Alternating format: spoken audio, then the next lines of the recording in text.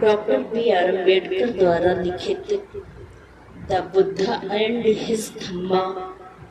बाबा साहब कहते हैं कि उन्होंने जब बुद्धा एंड हिज धम्मा का हिंदी में अनुवाद किया तो अतीत में देखने पर हमें ज्ञात होता है कि ईसा पूर्व 6वीं शताब्दी में उत्तर भारत में कोई समूचा प्रभुता संपन्न राज्य नहीं था। ये डॉक्टर बी आर अम्बेडकर द्वारा लिखित द बुद्धा एंड हिज धम्मा की पुस्तक से लिया गया है। देश अनेक छोटे बड़े राज्यों में बटा हुआ था। इनमें से कुछ राज्यों में प्रत्येक पर राज्य जहां एक अकेले राजा का अधिकार था, वहीं कुछ पर किसी अकेले राजा का अधिकार नहीं था। जो राज्य राजाओं के अधीन थे उनकी संख्या 16 थी। उनके नाम थे अंग, मगध, काशी, कौशल, बज्जी, मल्ल, चेत, वत्स, कुरु, पांचाल, मच्छ, सूरसेन, अस, अवंती, गंधार तथा कंबोज। ये 16 राज्य थे जो राज्य राजाओं के अधीन थे। जिन राज्यों में किसी एक राजा का आधिपत्य नहीं था वे थे कपिलवस्तु के शाक्य, पावा तथा कुशनारा के मल्ल, वैशाली के तिच्छव, मिथिला के विदेह, राम के कोलीय, अल्पकप के बोली, केशपुत्र के कालाम, रेशपुत्र के कलिंग, पिप्पलवन के मौर्य तथा भग्ग, जिनकी राजधानी सिंसुमारगिर थी। जिन राज्यों पर किसी एक राजा का अधिकार था वे जनपद कहलाते थे और जिन राज्यों पर किसी एक राजा का अधिकार नहीं था वे संघ या गण कहलाते थे। कपिलवस्तु के शाक्यों की राज्य व्यवस्था के बारे में अधिक जानकारी प्राप्त नहीं है। ये डॉक्टर बी आर अम्बेडकर ने इस पुस्तक में लिखा है। वहाँ गणतंत्र या कुछ लोगों का कुलतंत्र था। वैसे इतनी जानकारी तो स्पष्ट रूप से है ही कि शाक्यों के गणतंत्र में कई शासक परिवार थे और वे एक के बाद एक क्रमशः शासन करते थे, बारी बारी से शासन करते थे। शासन परिवार का जो मुखिया होता था वह राजा कहलाता था। सिद्धार्थ गौतम के जन्म के समय राजा बनने की बारी शुद्धोधन की थी। शाक्य राज्य भारत के उत्तरी पूर्वी कोने में स्थित था। यह एक स्वतंत्र राज्य था, लेकिन आगे चलकर कौशल राज इस पर अपना आधिपत्य जमाने में सफल हो गया। इसका परिणाम यह हुआ कि कौशल राज की स्वीकृति के बिना शाक्य राज्य के लिए अपने कुछ राजकीय अधिकारों का उपयोग असंभव हो गया। उस समय के राज्यों में कौशल एक शक्तिशाली राज्य था। मगध राज्य भी ऐसा ही था। कौशल राज्य, प्रसेनजीत और मगध राज बिंबिसार दोनों ही सिद्धार्थ गौतम के समकालीन थे। सिद्धार्थ गौतम के पूर्वज शाक्यों की राजधानी का नाम कपिलवस्तु था। संभव है कि ये नाम महान बुद्धिवादी मुनि कपिल के नाम पर ही पड़ा हो। कपिलवस्तु में जैसे नाम का एक शाक्य रहता था जिसका नाम था सिंहनु, उनका पुत्र था। सिंहनु का विवाह कंचाना से हुआ था। उनके 5 पुत्र थे, शुद्धोधन, धोतोधन, शक्कोदन, सुक्कोदन तथा अमितोदन। 5 पुत्रों के अतिरिक्त सिंहनु के 2 पुत्रियां भी थीं, जिनका नाम था अमिता तथा पमिता। परिवार का गोत्र आदित्य यानी कि आदित्य था। शुद्धोधन का विवाह महामाया से हुआ था, जिसके पिता का नाम अंजन और माँ का नाम सुलक्षणा था। अंजन कोलीय था, देवदय नाम के गांव में रहते थे। शुद्धोधन एक महान योद्धा थे। जब शुद्धोधन ने अपने सैन्य पराक्रम का परिचय दिया तो उन्हें एक और विवाह करने की अनुमति मिल गई। उन्होंने महाप्रजापति को चुना।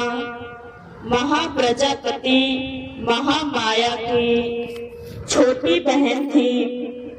शुद्धोधन एक धनी व्यक्ति थे। उनके पास बड़े बड़े खेत और बहुत सारे नौकर चाकर थे। कहा जाता है कि वे अपने खेतों को जोतने के लिए 1000 हल चलवाया करते थे। उनका जीवन बहुत ही ऐश्वर्यपूर्ण था। उनके अनेक महल थे। सिद्धार्थ गौतम शुद्धोधन के जन्म के समय राज्य करने की बारी शुद्धोधन की ही थी। उनके जन्म की कथा शाक्यों की ये प्रथा थी कि वह प्रतिवर्ष आषाढ़ के महीने में एक मध्य ग्रीष्मकालीन महोत्सव मनाया करते थे। ये उत्सव संपूर्ण राज्य में मनाया जाता था, जिसमें शासक परिवार के सदस्य भी सम्मिलित होते थे।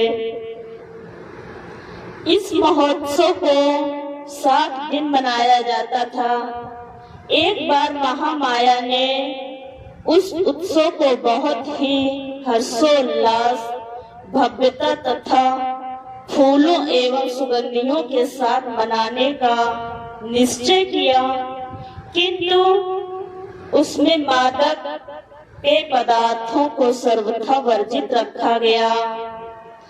7वें दिन प्रातः काल जब महामाया जल्दी उठी, सुगंधित जल से स्नान किया, 4 लाख कर्षपर्ण का दान दिया, सभी मूल्यवान गहनों से स्वयं को सुशोभित किया और मन पसंद अपना भोजन किया, व्रत का संकल्प लिया और तदंतर वह भव्यता के साथ सजाए गए राजकीय सेनागार में सोने के लिए चली गई।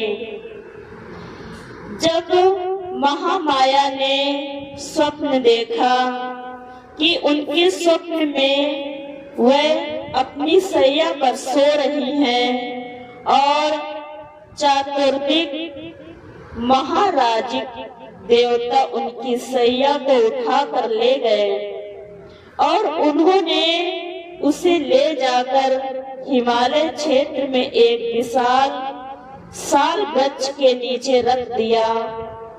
वे श्रेष्ठ पुरुष पास ही खड़े हैं। तब चातुर्दिक महाराज देवताओं की जो श्रेष्ठ स्त्रियां थी वहां आई और उन्हें उठाकर मानसरोवर की ओर ले गई। ये स्वप्न महामाया ने देखा था और उन्होंने स्नान किया, स्वच्छ वस्त्र पहनाए, सुगंधियों का लेप किया, फूलों से इस प्रकार सजाया संवारा कि किसी दिव्य पुरुष के स्वागत योग्य बन जाए।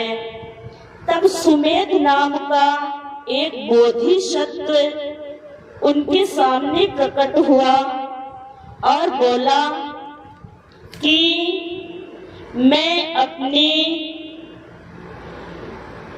जन्म लेने के लिए, अपना जन्म लेने के लिए मैं पृथ्वी पर आऊंगा।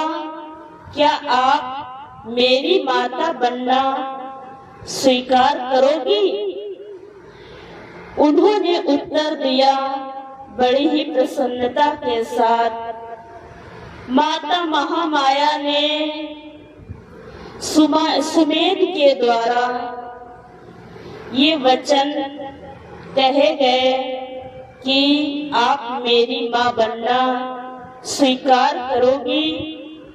तो महामाया ने कहा हाँ। बड़ी प्रसन्नता के साथ उन्होंने माँ बनना स्वीकार कर लिया। उसी समय महामाया की नींद खुल गई। जब सुमेध नाम का एक बोधिसत्व उनके सामने प्रकट हुआ और बोला, मैं अपना अंतिम जन्म पृथ्वी पर धारण करने का निश्चय किया है। क्या आप मेरी माता बनना स्वीकार करोगी? उनके ऐसे उत्तर से माता महामाया बहुत प्रसन्न हुई और उन्होंने हाँ कर दिया। जैसे ही उन्होंने हाँ किया तो उनकी नींद खुल गई। दूसरे दिन सुबह महामाया ने शुद्धोधन को अपने स्वप्न के बारे में बताया। स्वप्न की व्याख्या करने में असमर्थ राजा ने शकुन विद्या में प्रसिद्ध 8 ब्राह्मणों को बुलाया। उनके नाम थे राम, ध्वज, लखन, मंती, कौंडज, सुयाम, सुभोग और सुदत्त। राजा ने उनके योग्य स्वागत की तैयारी की। उन्होंने भूमि पर सुंदर पुष्प बिछवाए और उनके लिए ऊंचे आसन बिछवाए। उन्होंने ब्राह्मणों के पात्र सोने और चांदी से भर दिए। उन्हें घी, मधु, शक्कर और बढ़िया चावल तथा दूध से पके पकवान खिलाए। उन्होंने उन्हें नए नए वस्त्र और कपिल गायें आदि उपहार में दी। जब ब्राह्मण संतुष्ट तथा प्रसन्न हो गए तो शुद्धोधन ने उन्हें महामाया का स्वप्न कह सुनाया और पूछा, मुझे बताइए इसका क्या अर्थ है? ब्राह्मणों का उत्तर था, महाराज चिंतित ना हो, आपके यहाँ एक पुत्र होगा। यदि वह गृहस्थी में रहा तो चक्रवर्ती चक्रवर्ती राजा बनेगा, और यदि वह ग्रह त्याग कर सन्यासी हो गया तो वह संसार की भ्रांति तथा अंधकार का नाश करेगा। ये वचन सुनकर उन ब्राह्मणों के, जिन्होंने शुद्धोधन से कहा कि आपका पुत्र अगर ग्रह त्याग कर सन्यासी हो गया तो वह संसार की भ्रांति का तथा अंधकार का नाश करने वाला बुद्ध यानी कि आध्यात्मिक चक्रवर्ती सम्राट होगा। बोधिसत्व को पात्र में रखे तेल की तरह महामाया 10 चंद्रमास तक अपने गर्भ में धारण किए रही। प्रसव का समय समीप आया तो उन्होंने अपने मायके जाने की इच्छा जताई। मायके में जाकर शिशु को जन्म देने की इच्छा व्यक्त की। अपने पति से उन्होंने कहा, मैं अपने पिता के घर देवदह जाना चाहती हूँ। शुद्धोधन ने उत्तर दिया, तुम जानती ही हो कि तुम्हारी इच्छा पूरी की जाएगी। कहारों द्वारा उठाई गई स्वर्ण पालकी में बिठाकर शुद्धोधन ने अपने अनेक सेवक और सेविकाओं के साथ महामाया को उनके पिता के घर भिजवा दिया। देवदह के मार्ग में महामाया को साल वृक्षों तथा अन्य पुष्पित एवं अपुष्पित वृक्षों के एक उद्यान वन से गुजरना था। ये वन लुम्बिनी वन कहलाता था। जिस समय पालकी गुजर रही थी उस समय सारा लुम्बिनी वन दिव्य चित्रकला, उपवन अथवा किसी प्रतापी राजा के लिए सुसज्जित भोज मंडप जैसा लग रहा था। जड़ से शाखाओं के छोर तक पेड़ फल और फूलों से लदे हुए थे और विचित्र ध्वनि कर रहे थे। ऐसी ध्वनि, ऐसे अनगिनत रंग बिरंगी मधुमक्खियां, अनेक प्रकार के पक्षी के झुंड मधुर गान छेड़ रहे थे। ये मनोरम दृश्य देखकर महामाया के मन में इच्छा उत्पन्न हुई कि वह कुछ समय यहाँ रुक जाए और अपना मन विनोद करें। अतः उन्होंने पालकी उठाने वालों को आज्ञा दी कि उनकी पालकी को साल उद्यान में ले चले और वहां प्रतीक्षा करें। महामाया की पालकी वहां पर उतारी गई और महामाया चलकर एक सुंदर साल वृक्ष के नीचे पहुंची। मंद मंद धीरे धीरे चल रही महामाया ऐसे सुखद पवन, वृक्षों की शाखाएं ऐसे मंद मंद ध्वनि छेड़ रही थी जिससे वे ऊपर नीचे को झूल रही थी। ऐसी शाखाएं मंद मंद हवा के साथ ऊपर नीचे झूल रही थी। महामाया का मन हुआ कि वह उनमें से एक शाखा को पकड़ ले और संयोगवश एक शाखा उनके पास नीचे झुक गई। वह उसे पकड़ सके महामाया ने पंजों के बल खड़ी हो गई और उन्होंने उस शाखा को पकड़ लिया। जैसे ही उस शाखा को पकड़ा, तुरंत ही वह शाखा ऊपर को उठ गई। ऊपर को उठते ही वह शाखा महामाया पंजों के बल खड़ी हो गई और उनके पैर ऊपर को उठ गए। ऐसे झटके से महामाया को प्रसव वेदना होने लगी। उस साल वृक्ष की शाखा को पकड़े हुए खड़े खड़े ही महामाया ने एक पुत्र को जन्म दिया। 563 ईसा पूर्व वैशाख पूर्णिमा के दिन बालक सिद्धार्थ का जन्म हुआ। शुद्धोधन और महामाया का विवाह हुए बहुत समय बीत गया था, लेकिन उनकी कोई संतान नहीं थी। अंत में उन्हें जब पुत्र लाभ मिला तो शुद्धोधन और उनके परिवार तथा शाक्यों द्वारा बहुत हर्ष और धूमधाम तथा समारोह पूर्वक पुत्र का जन्मोत्सव मनाया गया।